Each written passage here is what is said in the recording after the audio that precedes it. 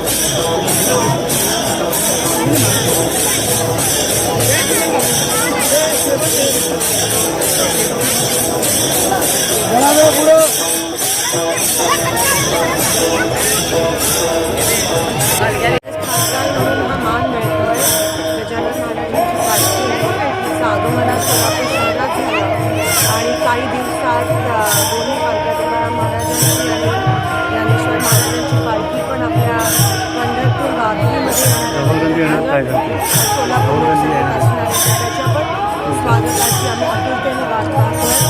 ह्यावेळेस पाऊस चांगल्यापैकी झाला असल्या कारण वारी मोठ्या संख्येत लोक अपेक्षित आहेत. प्रशासन सज्ज आहे आणि पूर्ण महाराष्ट्राचा हा अभिमान आहे ही वारी. गोर गरीब श्रीमंत शेतकरी सगळे ह्यात सहभागी होतात. सगळं विसरून देवात एक होण्याची ही वारी आहे.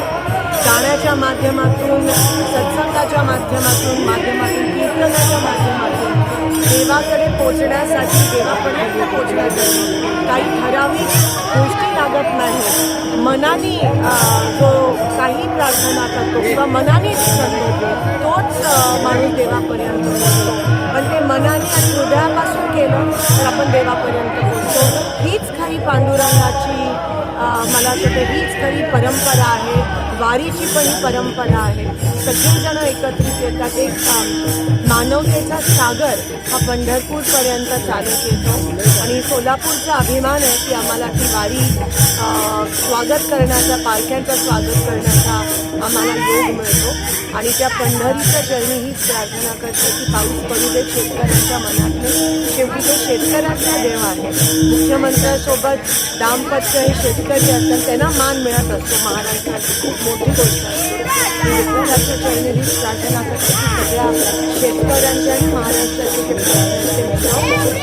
त्यांना विठ्ठलाच्या समृद्धीचे दिवस पुन्हा येऊ दे आणि आम्ही तुझ्या सेवेसाठी शेवटपर्यंत आम्ही आहोत.